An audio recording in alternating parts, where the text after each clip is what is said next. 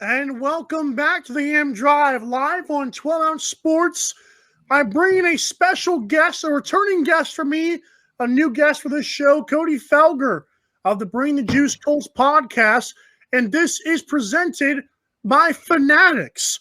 If you're looking for gear for that sports fan in your life, Fanatics has got you covered. Every team, every league, they've got the apparel and merchandise to ensure that you and yours are showing your team pride each and every game day. The AM Drive are proud sponsor affiliates with Fanatics.com, so please use our special promotional link when you shop for your products. Visit theamdrive.com today or email us at 120zamdrive@gmail.com, and we will happily provide it for you. Thank you for your support, and pick up your team gear at Fanatics today. What's up, Cody? Hey, how's it going?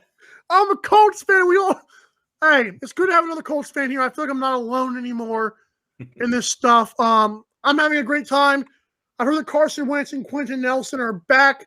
Well, they're going to speed up the process a little bit. How confident are you in them returning, first of all? Yeah, I would say I'm pretty confident that Quentin Nelson's going to be out there week one. Carson Wentz, I'm still about 50-50 on him. Really depends. And Jim Irsay said as much after yesterday, in the middle of yesterday's practice. He said, hey, we think he's going to be out there, but we're not, he's not 100%.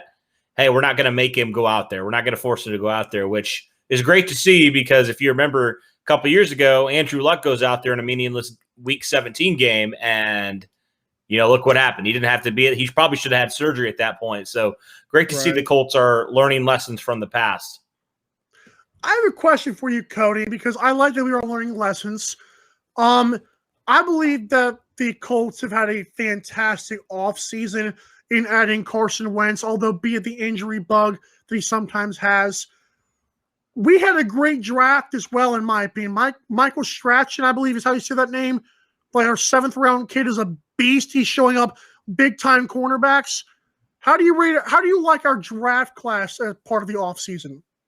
Yeah, I personally loved it. I know right away there was a lot of people who were kind of like, oh, I don't know how I feel about this draft. But I personally was somebody who really loved it. I love the double dipping at pass rusher. Even if we don't see Dio Adangbo, the 2nd-round pick this year, I think the Colts really identified their biggest need, their biggest weakness, and it was the pass rush. And just adding guys like Kwity Paye and Dio and getting Kylan Granson, who's another guy that's really stood out in camp that I love Kylan, and I think he's going to be really fantastic for this offense. He had a touchdown yesterday in the joint practices against Carolina, so this dude's been tearing it up in training camp. And you mentioned Mike Strawn as well. He's absolutely fantastic. He's crazy. Like he's been not just showing up, second-string guys. He's been showing up really talented guys. Xavier Rhodes. Yesterday, J.C. Horn, who's the number 8 overall pick, like he is very, very talented. And we knew he was talented. Like it seems like every year Chris Ballard goes and finds a guy that's super talented or very raw prospect in those later rounds. But Mike Strawn out of any of these guys, and again, it is very early still. So, you've had some training camp heroes in the past. You think Deion Kane was a big name, I know, a couple of years ago. Right. But Mike Strawn so far, all signs are indicating like he's making a very big push for this final 53 man. I'm excited for a 7th-round pick. That'll be great for Chris Ballard's growing resume. You speak about Chris Ballard. The Colts extended him. I saw on their Instagram. We did extend Chris Ballard and Frank Reich. How excited are you going forward with that part of the offseason that we extended those guys? Yeah, I think they both deserve the extensions that they got. I mean, I would say obviously Ballard is the first one that deserves that extension with all the stuff he's had to deal with ever since coming in 2017. I mean, my word, all the craziness that had ensued, head coach leaving him at the altar, franchise quarterback retiring a couple weeks before the season, and now losing your left tackle pretty early into retirement. Yeah. He definitely deserves it because he scrapped the entire roster and has built it to be potentially a championship contender, all depending on the quarterback and the injuries and stuff. But yeah, I think for both these guys, well-deserved. Glad to see them pairing and tethered together for the next couple of years. I believe it was through 2026. So you have them for another 4 or 5 years. So that's good.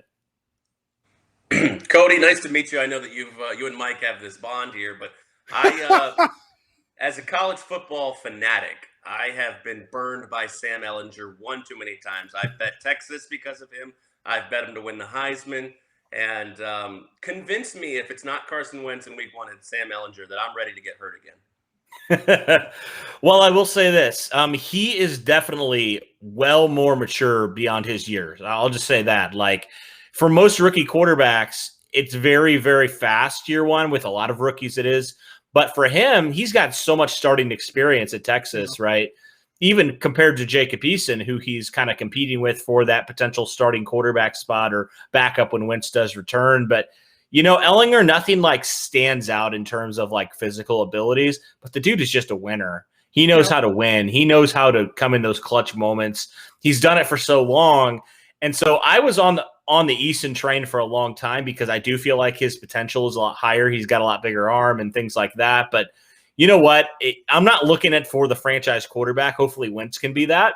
And so if you need a guy that can go in and win you football games, I mean, Sam Ehlinger's your guy, man. Thank you. Thank you. Hear that, Aaron? Bet some money on the Colts lines. I'm ready to get hurt again. Yes. Thank you for the vote of confidence in Sam Ehlinger. Yeah, for sure. Love that guy. Well, and I'll be honest, when I was watching the draft class before we move on here, I was I have like my own little personal tablet thing I was doing, grading these players. I couldn't help but think Sam, like you said, he's a gamer. I read the stuff that like the scouts would say about him, but I thought to myself, as much as he had mistakes, I liked him. I was like, I like this guy. Jacob Eason had the chance to take a year off in Washington, came back to Washington, and nothing improved. Like you said, big ceiling. I agree. Big ceiling. But in the end, I was like, man, I'll take Sam. But I know you've tweeted about that a few times, like with different quarterbacks. Love that stuff, by the way. But I think our quarterback room is nice. I'll put it that way. It is, and both these guys in yesterday's practice looked really, really good. Now, the thing I always want to be careful of, and it can be very misleading from different people who post stats.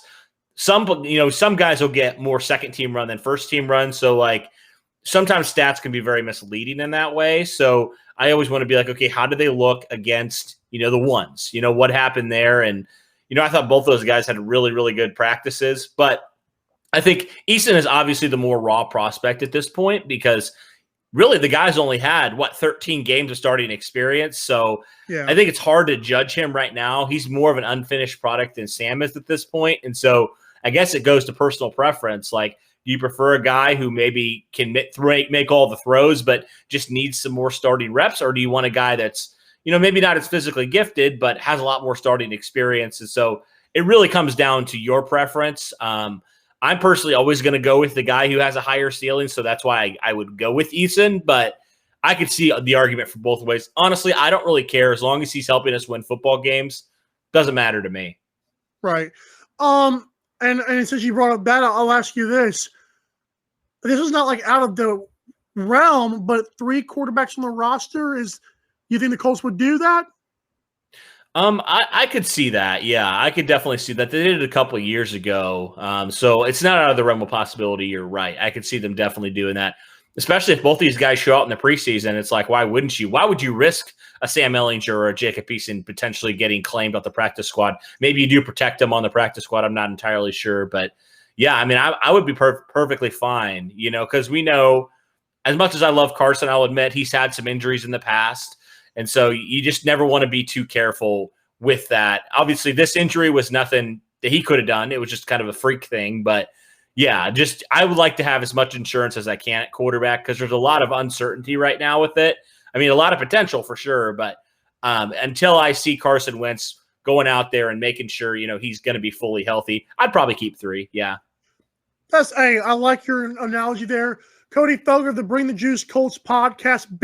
Well, your following grows every single time. Like, this guy's pushing his stuff and it's working. Great voice too, by the way.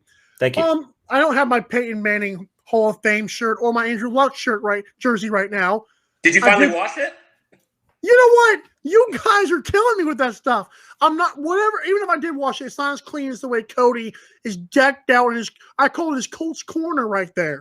Love that stuff. But, Thank you. Right.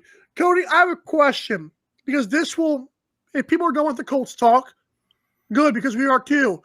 Peyton Manning is no longer just a Colt. He's immortalized in football heaven in the Hall of Fame. Your take on Peyton Manning's career?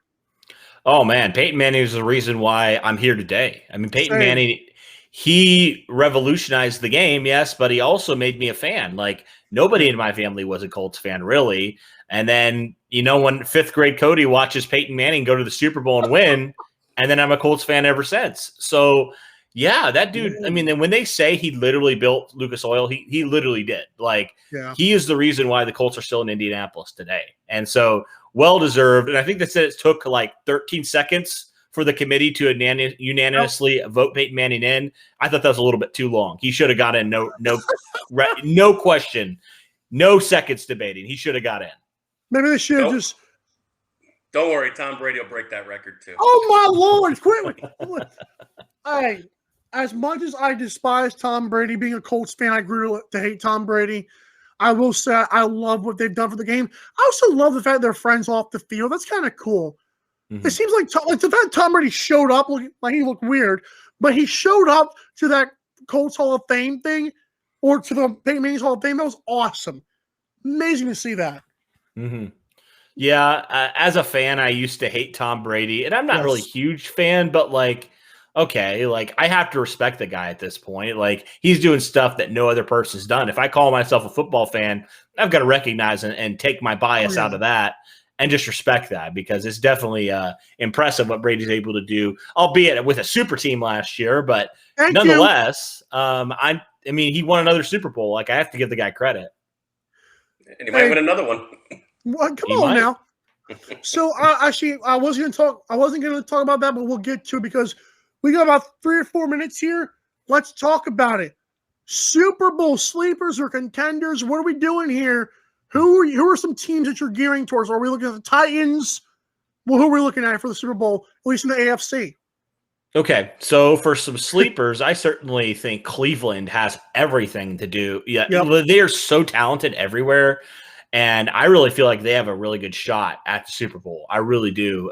It all depends, obviously, on Baker's development. If he can continue to build off of last year, I don't really see a glaring weakness in Cleveland. I mean, they got you could point to so many positions on their team and say, yeah, I could argue that's the top 5 position in the NFL. And so, yeah, Cleveland certainly is a team that, and they just got Pittsburgh just got it. Never mind. But still, nonetheless, Cleveland is very talented, and I could see them being a team that could potentially challenge. Buffalo's another one. I mean, they shouldn't be a question. Josh Allen, they're always going to be in contention there. Throwing out Indianapolis because I think that was obvious. I would say Indianapolis. That's a good question for AFC because you mentioned Tennessee. I mean, if they go on a run like they did with Derrick Henry, I could see that happening. I just don't know with that defense if they're – and I'm totally trying to take the fandom out of it. That defense is just not good. It was really bad last year, and they lost a lot of pieces from that. So they added a few guys for sure, but I don't know. I'm not a true believer in Tennessee until I see that defense really live up to all the money and all the capital that they placed into that. So I would say Tennessee, unless they shore up their defense, probably not quite Super Bowl contenders, but they very much could be. AFC, let's see. Who else? I mean, Ravens, maybe? Yeah, I thought I could throw out maybe a very deep sleeper, maybe like the Chargers could be one. I don't know, maybe not, but with Justin Herbert's development, and maybe this falls flat and it doesn't work out. Maybe he has a sophomore slump, but he was really good last year. And now that they have an offseason to build, I mean, I don't know if they'd be Super Bowl contenders, but I could see them being like a get on a run, a very dark horse contender there potentially. Derwin James. Yeah, and they got some good players on that team. Go ahead, Aaron. Well, you want to say something? Oh, I just wanted to kind of shift gears and talk about the draft. You talked about it with the quarterbacks. I think personally there's 7 of them in the first 3 rounds that could see the field this year due to performance or lack thereof by the starter.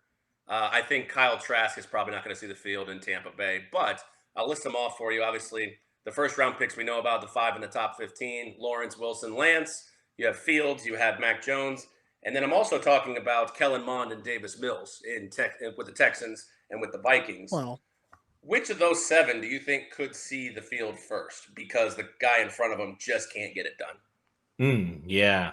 So that's a good question. I could certainly see Davis Mills going in because Houston literally has nothing right now at all. And like, why wouldn't you at this point? Like, you're not going to win the Super Bowl. You're not going to make the playoffs. I mean, Houston's kind of a wreck right now. Why wouldn't you see what you got in your 3rd-round quarterback, right? So I could see that happening. I'm not sure if I'm ready to go Kellen Mond quite yet because I do think Kirk Cousins, they like him enough where he'd be their starter for this year. But certainly if last year happens again, maybe so, But yeah, I think all those 5 quarterbacks, Justin Fields, maybe not right away, but I could definitely see, if Chicago gets off to a rough start, if Andy Dalton just doesn't look very good. Justin Fields has looked really good in camp from what I've heard. So I could definitely see that happening. I think all the other 1st-round quarterbacks for sure are going to be your starters moving forward. Mac Jones is going to be interesting, I guess, as well with Cam Newton. Mac Jones, he had a pretty good night last night in the preseason game. People point to all the checkdowns he had, but also he had a nice ball that just got dropped. So I could see if Cam Newton continues to struggle. I don't think Bill Belichick would be opposed really to starting Mac Jones in week 1. If not week 1, maybe later on in the season. So, yeah, I think all these quarterbacks potentially have a shot for sure. Agreed. Cody, I want to thank you. I don't know if you're an hour behind us or not. Like, it's 10:50 here, but I appreciate you coming on the show, on this new show, obviously, and rejoining me.